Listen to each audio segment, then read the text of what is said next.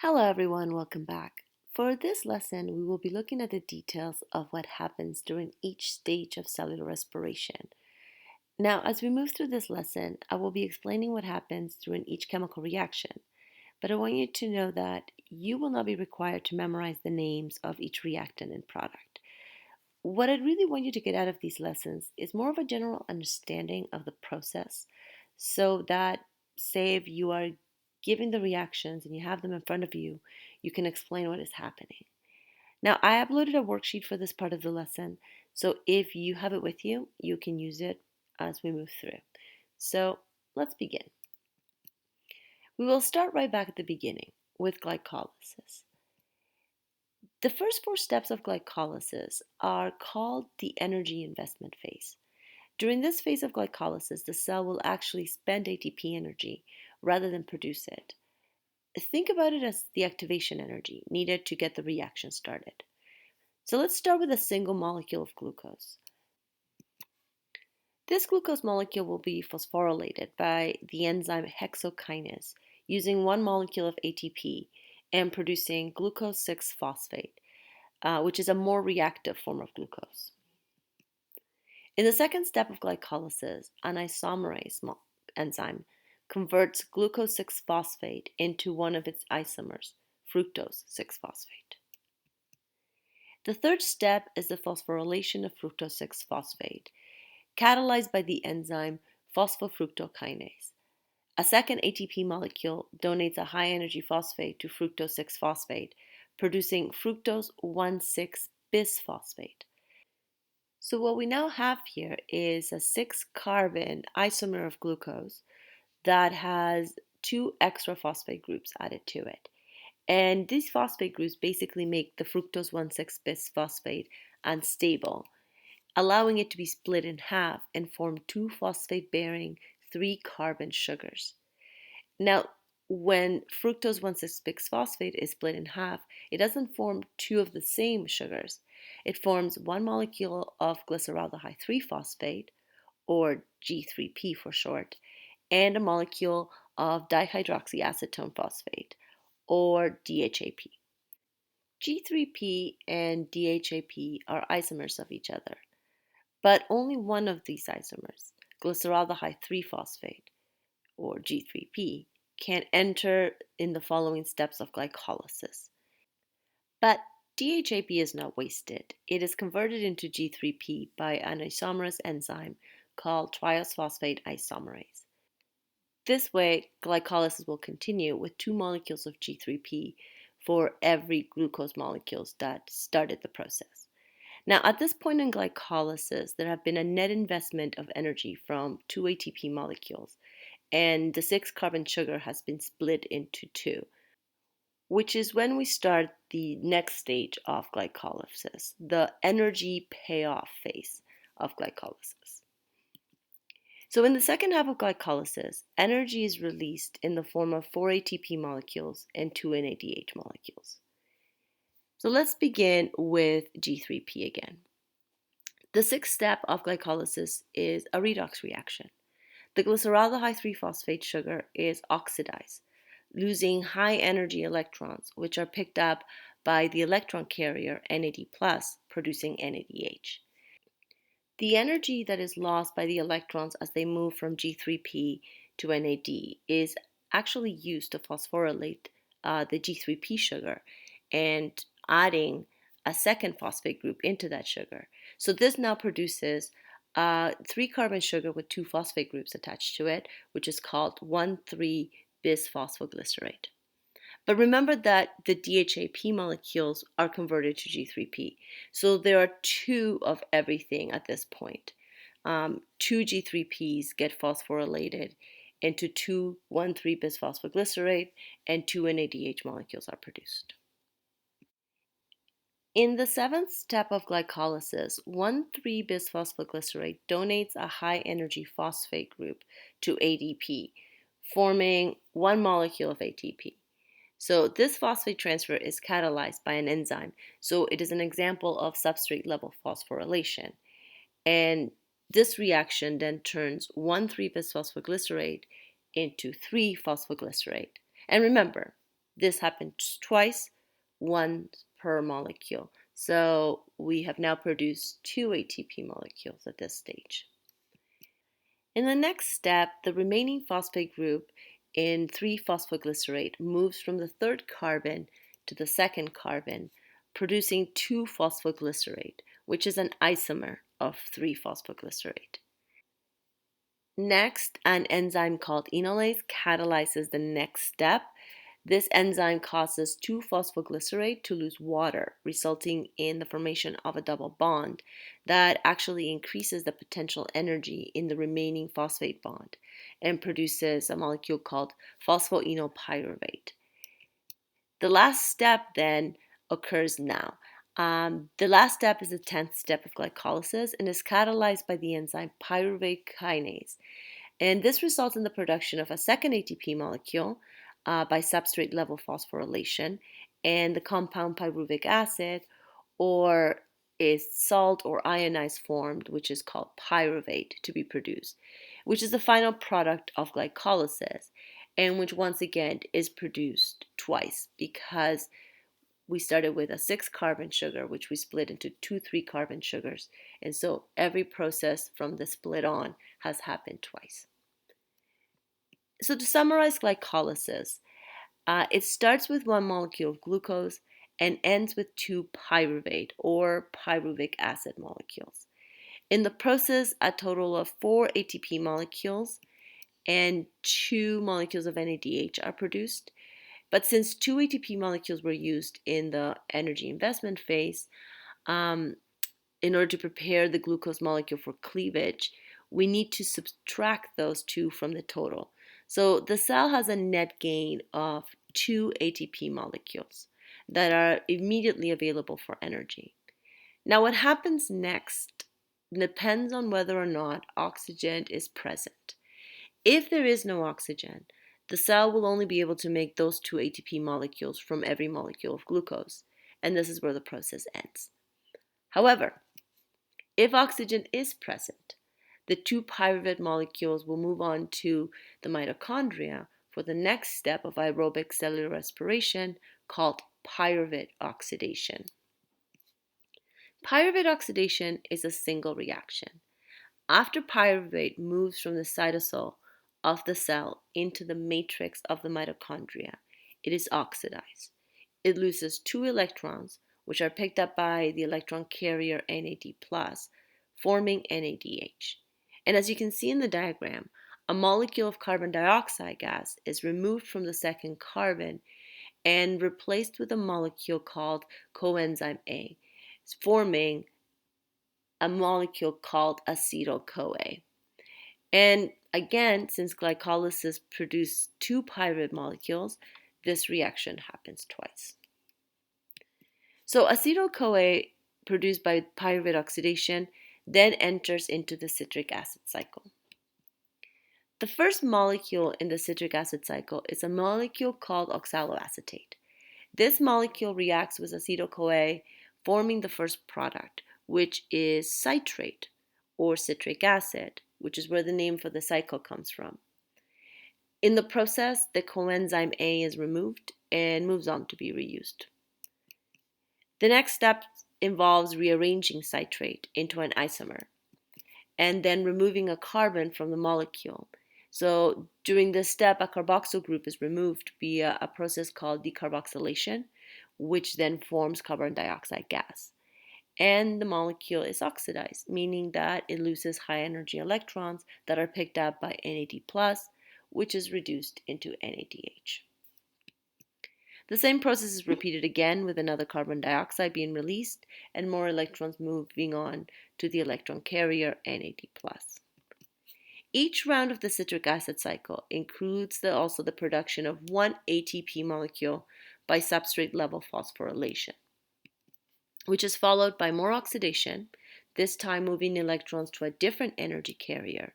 This carrier is FAD, which is reduced into FADH2. Water is added, and a final oxidation moves electrons from the sugar to NADH and forms oxaloacetate once more, which is where we started.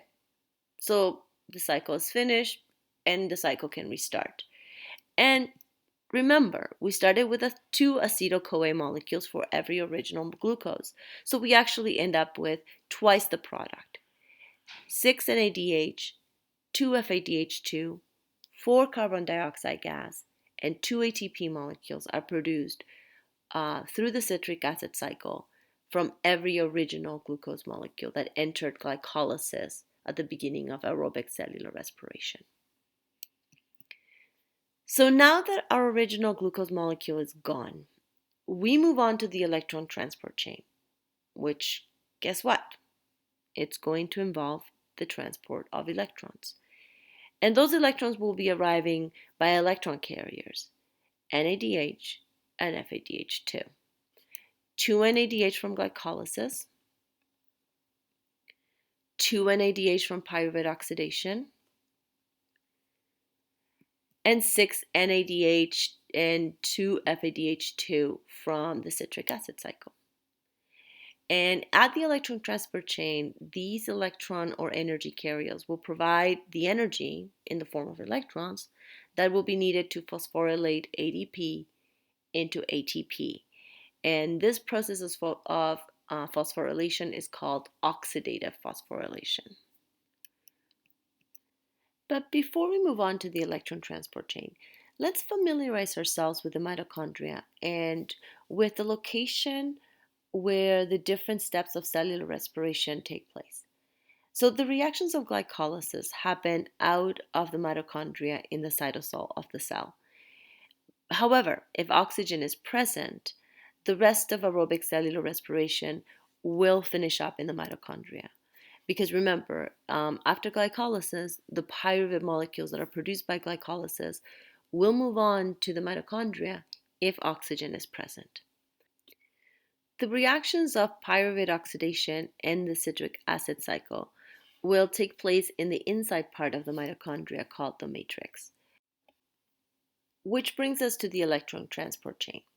So the protein complexes of the electron transport chain, the part of the electron transport chain that essentially is responsible for producing ATP, those are found on the inner mitochondrial membrane. Notice how the inner membrane is folded.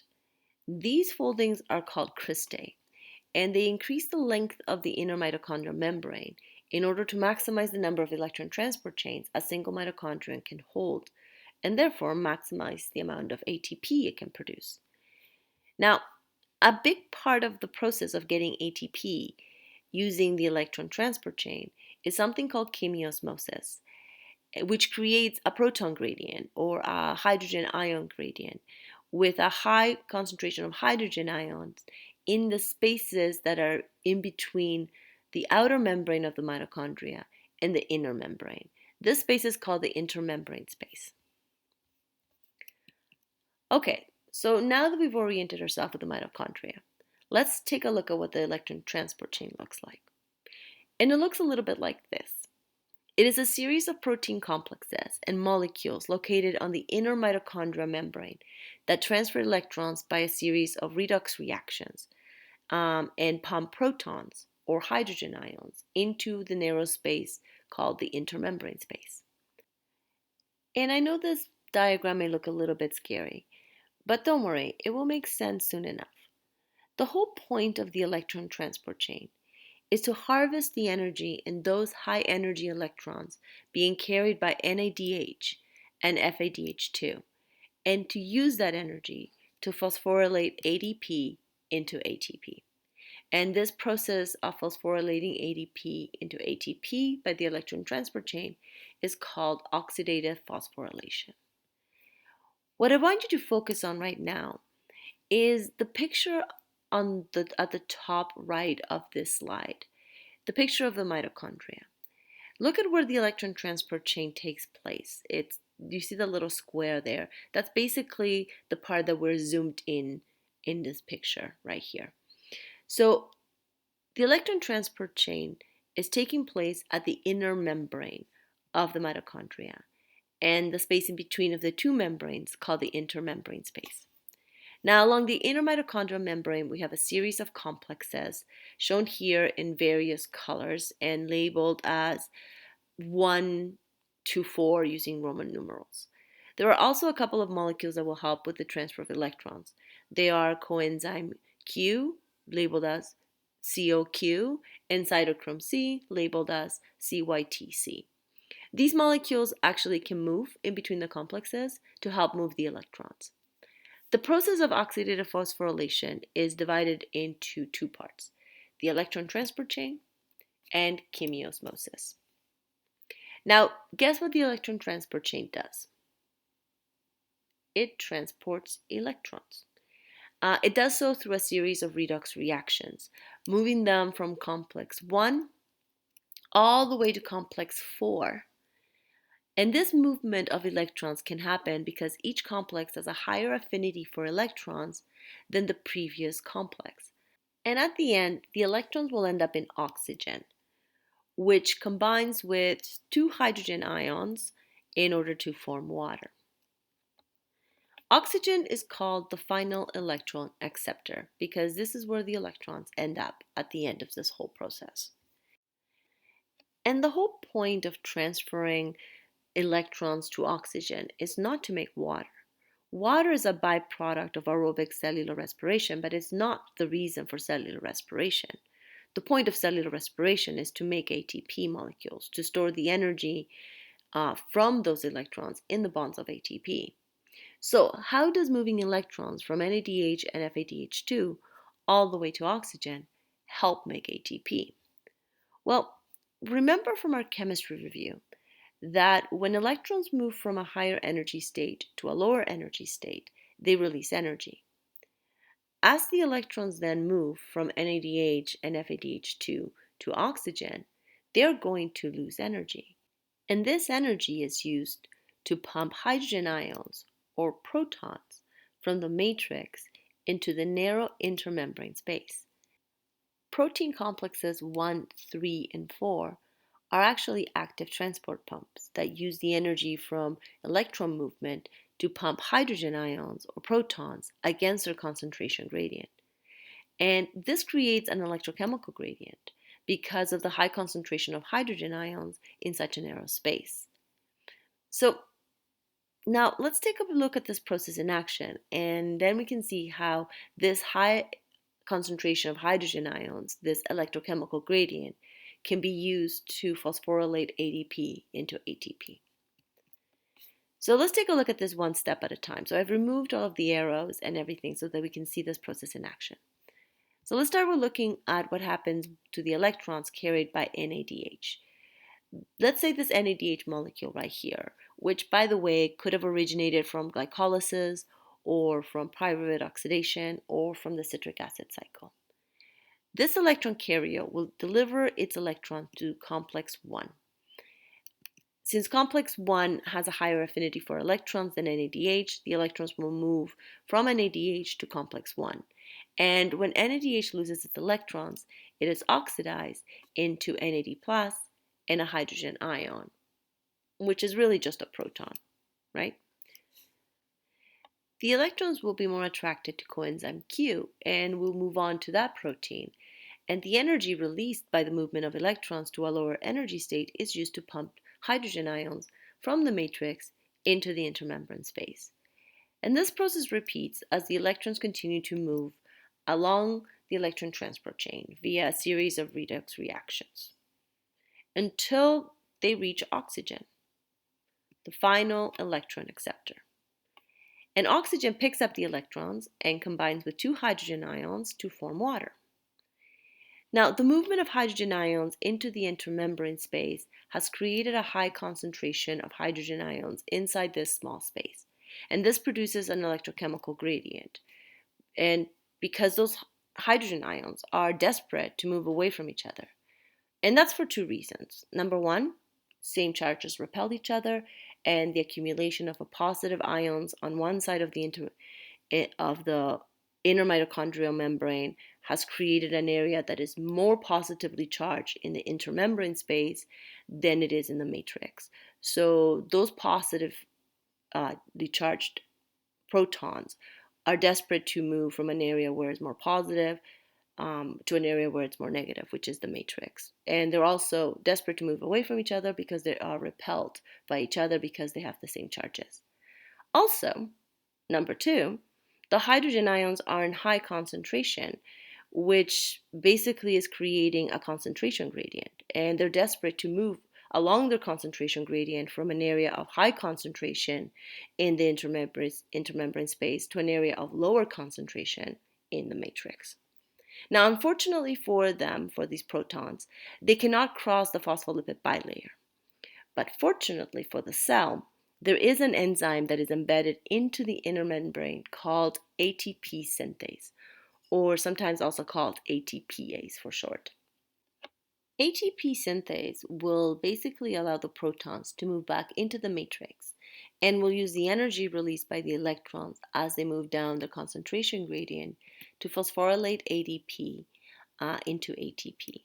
So that for every 2 protons that move through ATP synthase, a molecule of ATP is produced, for a total of 3 ATP molecules produced for every NADH molecule that delivered electrons to the electron transport chain.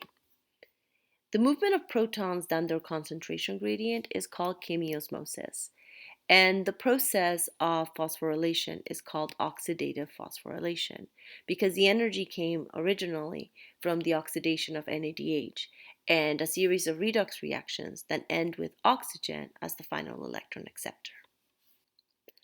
Now, the same process happens when FADH2 delivers electrons to the electron transport chain, with one small difference. FADH2 has a higher affinity for electrons than complex 1, and so it delivers its electrons to complex 2. The electrons then move through the electron transport chain, and protons are pumped into the intermembrane space. Oxygen is still the final electron acceptor, and it combines with the electrons and 2 hydrogen ions in order to make water. Now, notice that because complex 1 was skipped, there were less protons moved into the intermembrane space.